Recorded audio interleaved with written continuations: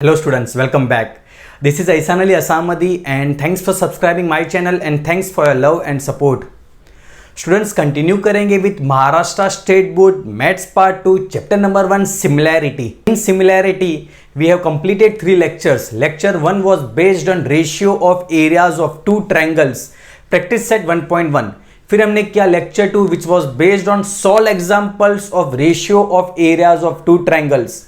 फिर हमने लेक्चर 3 किए थे which was based on basic proportionality theorem that is practice set 1.2 और आज हम कंटिन्यू करेंगे with our lecture 4 which is converse of basic proportionality theorem practice set 1.2 means sums जो प्रेजेंट है practice set 1.2 and which are based on converse of basic proportionality theorem.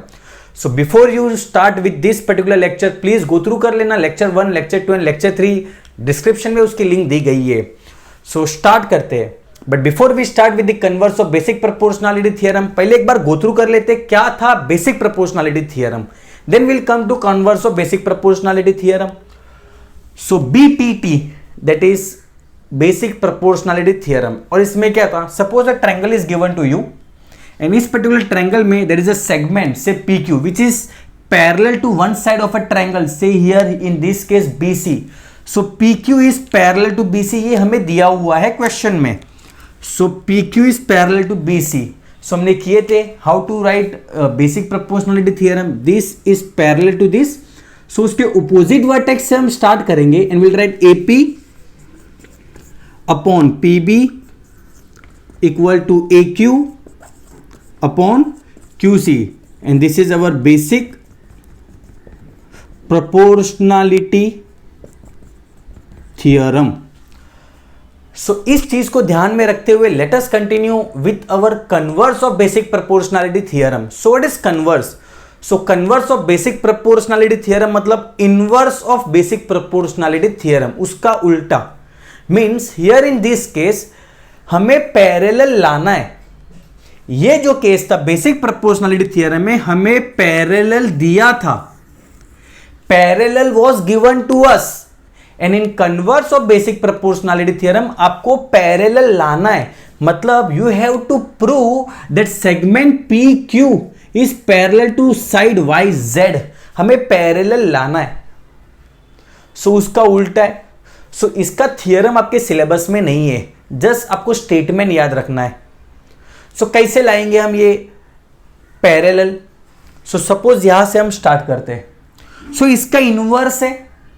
So parallel दिया था, so I can write BPT like this. So इसका inverse मतलब अगर आप prove करते हो that the ratio of their corresponding sides, the ratio of their corresponding sides is in proportion, the ratio of their corresponding sides is in proportion. अगर आप वहां पे प्रूव करते हो that the ratio of their corresponding sides is in proportion, then वो line parallel हो जाएगा, वो सेगमेंट पैरेलल हो जाएगा. So here in this case अगर मैं प्रूव करता हूं, सपोज XP मेरा A है, PY मेरा B है, XQ मेरा C है एंड QZ मेरा D है. The values are given to us. So उसका रेशियो निकालेंगे. So say XP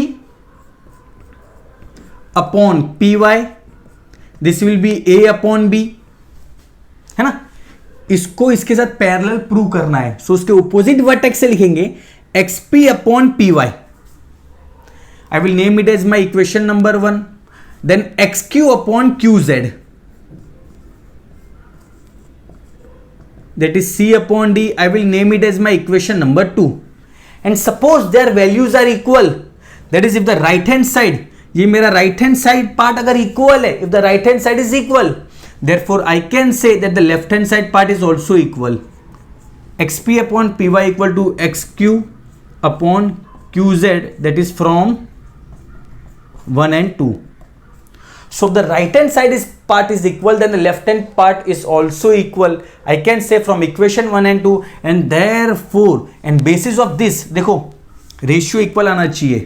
And yes, the ratios are equal. The ratio of the corresponding sides अगर equal आ गए, so I can say that segment PQ is parallel to side YZ.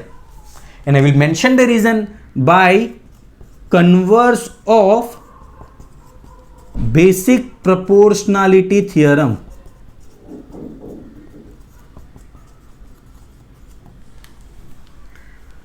I hope it's clear. So कैसे, how to find that the given segment is parallel to a side of a triangle, and that we can do by converse of basic proportionality theorem. So दोनों में difference समझ में आ गया. And suppose ये equal नहीं है, the ratio of the corresponding sides is not equal, then we'll say that this segment PQ is not parallel to side YZ.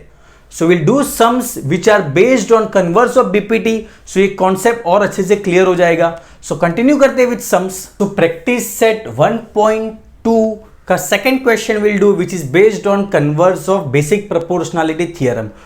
So the question is, in triangle PQR, PM is 15. So PM is 15 mention कर दिया है. PQ is 25. So P से Q तक 25 है. PR is 20 and NR is 8. State whether line NM is parallel to side RQ. State whether line NM, क्या ये line NM जो है वो parallel है RQ के साथ. So हमें चेक करना है क्या ये parallel है. So obviously we can prove by converse of basic proportionality theorem. कैसे करते? We will check the ratios of the two sides and if they are in proportion, मतलब अगर उनका ratios equal है, then we can say that the lines are parallel by converse of basic proportionality theorem. So चलो अब ratio find करते हैं उन दो साइड्स का. So यहां पे हमें चेक करना है क्या NM RQ के साथ पैरेलल है, क्या NM RQ के साथ पैरेलल है. So RQ का opposite vertex है P. So I need to check the ratio of PN upon NR. क्या चेक करना पड़ेगा? PN upon NR and PM upon MQ. PM upon MQ. इन दोनों के वैल्यूज का रेशियो चेक करना पड़ेगा और अगर इनका वैल्यू सेम है then I can say that the line is parallel. So चलो स्टार्ट करते. PN, what is the value of PN? PN का वैल्यू क्या है? It is not given to us. NR is 8. So let us write NR is 8. But PN का क्या? PN कैसे मिलेगा? So to find the value of PN, they have given us the value of PR. So PR मेरा 20 है, NR मेरा 8 है. So I can easily find the value of PN. That is PR minus NR. So वो आपको सबसे पहले सम start होने से पहले करना पड़ेगा. So मैंने यहाँ पे स्पेस रखा है. सो वहां पे हम फाइंड करेंगे PN का वैल्यू. सो स्टार्ट करते हैं यहां पे कि PN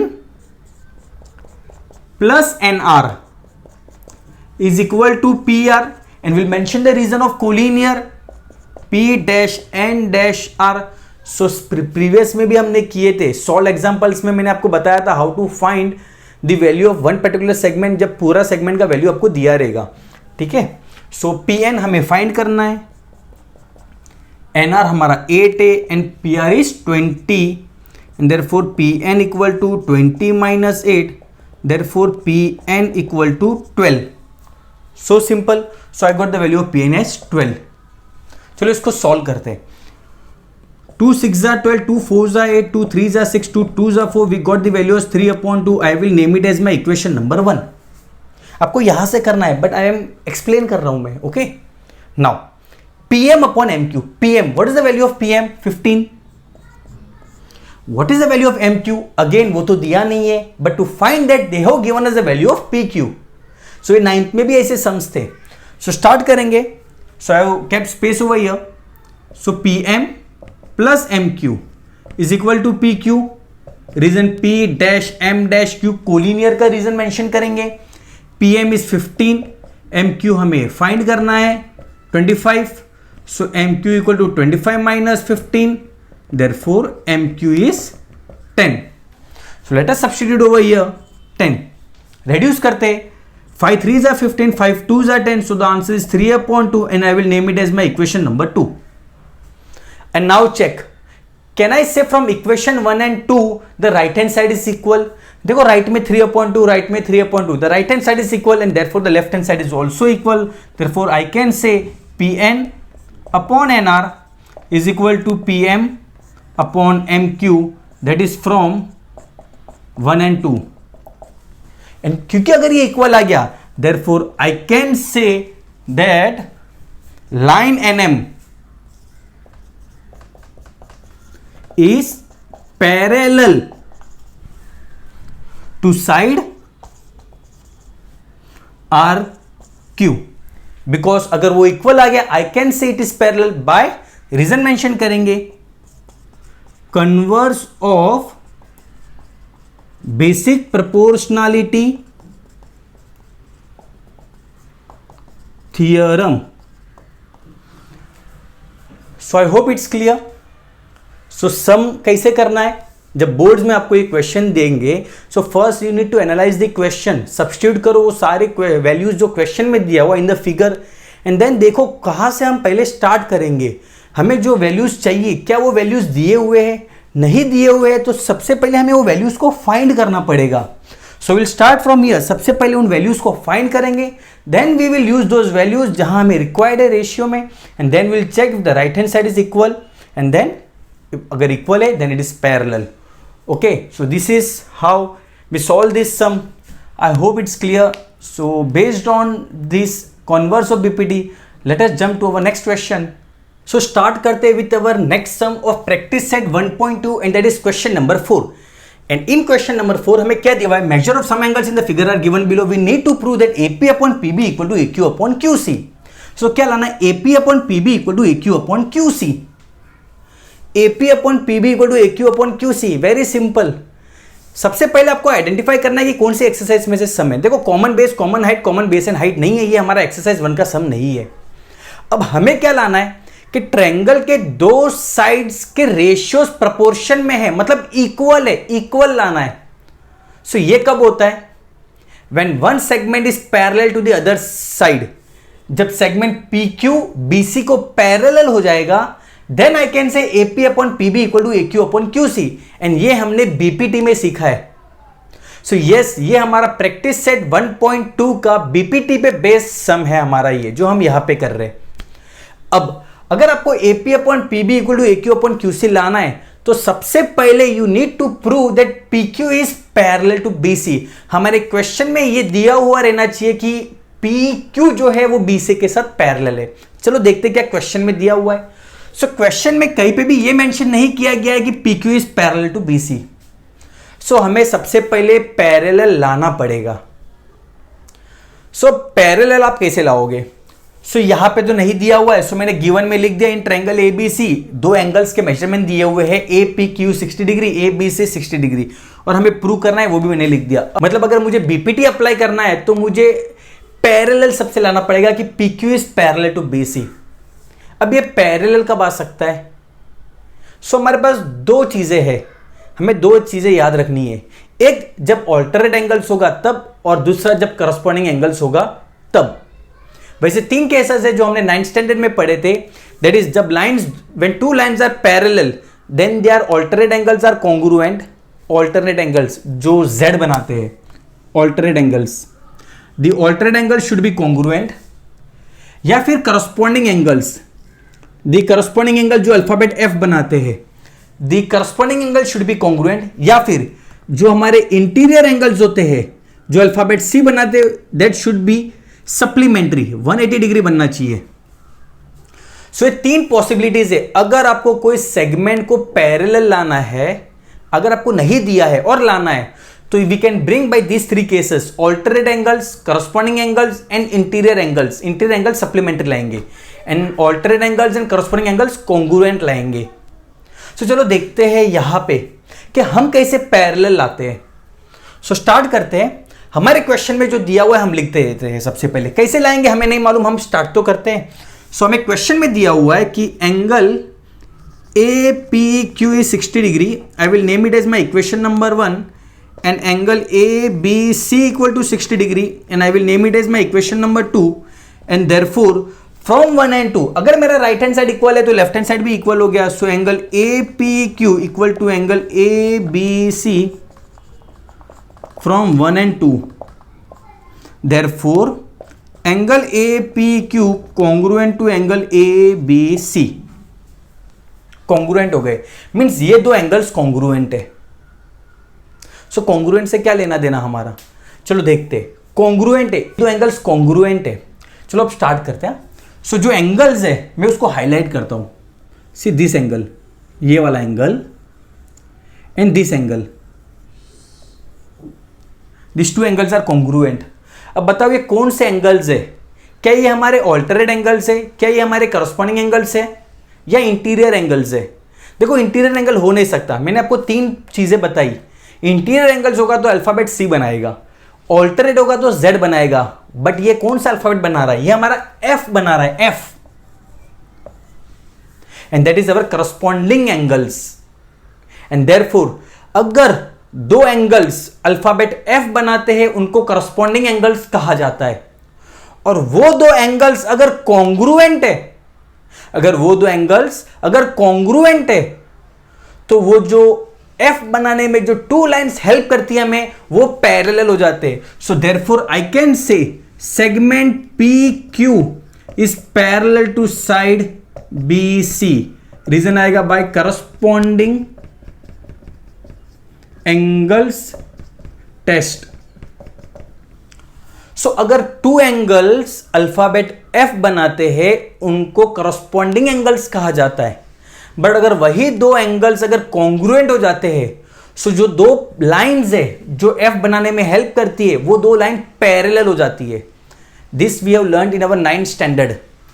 so this becomes parallel by corresponding angle test. So आ गया, पैरेलल लाना था, पैरेलल आ गया। पैरेलल लाने के लिए हमें एंगल्स दिए हुए थे। Now I can say in triangle A B C segment P Q parallel to side B C. और अगर पी क्यू पैरेलल है बी सी के साथ, therefore I can say A P upon P B equal to A Q upon Q C by basic proportionality theorem. So I hope ये sum clear है। बढ़ते आगे next question के साथ, continue करते with our last question, that is question number 10 of practice set 1.2 which is based on converse of basic proportionality theorem. So आप starting से videos देख लेना अच्छे से, ताकि आपको समझ में आए how to apply BPT, how to apply converse of BPT directly. Do not jump on this particular question. So the question is x is any point in the interior of triangle. So a triangle is given DEF and x is any point in the interior of a triangle. Point x is joined to vertices of a triangle. So जो vertices है DEF वहाँ join किया हुआ है. Now segment PQ is parallel to DE. Segment PQ is parallel to DE. Segment QR is parallel to EF. Fill in the blanks to prove that segment PR is parallel to DF. PR is parallel to DF. ये हमें लाना है. Okay, सो हमें क्या लाना है? Parallel लाना है। सो ये हमारा प्रैक्टिस सेट 1.1 का क्वेश्चन नहीं है, बिकॉज वहां पे तो कहीं पे भी पैरेलल लाना भी नहीं था। सो ये हमारा प्रैक्टिस सेट 1.2 का ही हो सकता है, बिकॉज वहां पे ही हमने पैरेलल वर्ड सुना है इन बीपीटी, और अगर पैरेलल लाना है तो कन्वर्स ऑफ बीपीटी। तो स्टार्ट करते। अब पैरेलल कब ला सकते हो आप? If the ratio of the two sides are in proportion, मतलब अगर इक्वल है तो ये हमारा लाइन पैरेलल है। सो हमें ये एक्टिविटी बेस्ड क्वेश्चन है, दिया हुआ है, just we need to fill the boxes. So start करते हैं। सो प्रूफ इज गिवन, क्या लिखा हुआ है? In triangle XDE, in triangle XDE, so ये वाला ट्रायंगल, इसकी बात हो रही है। In triangle XDE PQ is parallel to DE and we need to fill that box. So ये रहा, PQ is parallel to DE and yes, ये हमारे क्वेश्चन में दिया हुआ है, so we'll write given। and अगर वो parallel है, so by basic proportionality theorem I can write XP upon PD, है ना? मैंने आपको सिखाया कैसे बीपीटी अप्लाई करते हैं। ये इसके साथ पैरेलल है, सो उसके ऑपोजिट वर्टेक्स से लिखेंगे XP upon PD equal to XQ upon QE। Reason basic proportionality theorem. Next, in triangle XEF, इसकी बात हो रही है। QR is parallel to EF। QR अगर EF के साथ पैरेलल है, उसके ऑपोजिट वर्टेक्स से लिखेंगे हम, क्या लिखेंगे?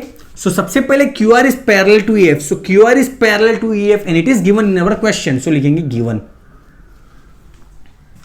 And now I can write, so अगर ये पैरेलल है so by basic proportionality theorem parallel दिखा बीपीटी अप्लाई करेंगे, so I can write X Q upon Q E equal to X R upon R F, या फिर X R upon R F equal to X Q upon Q E. So I will write this X R upon R F equal to xq upon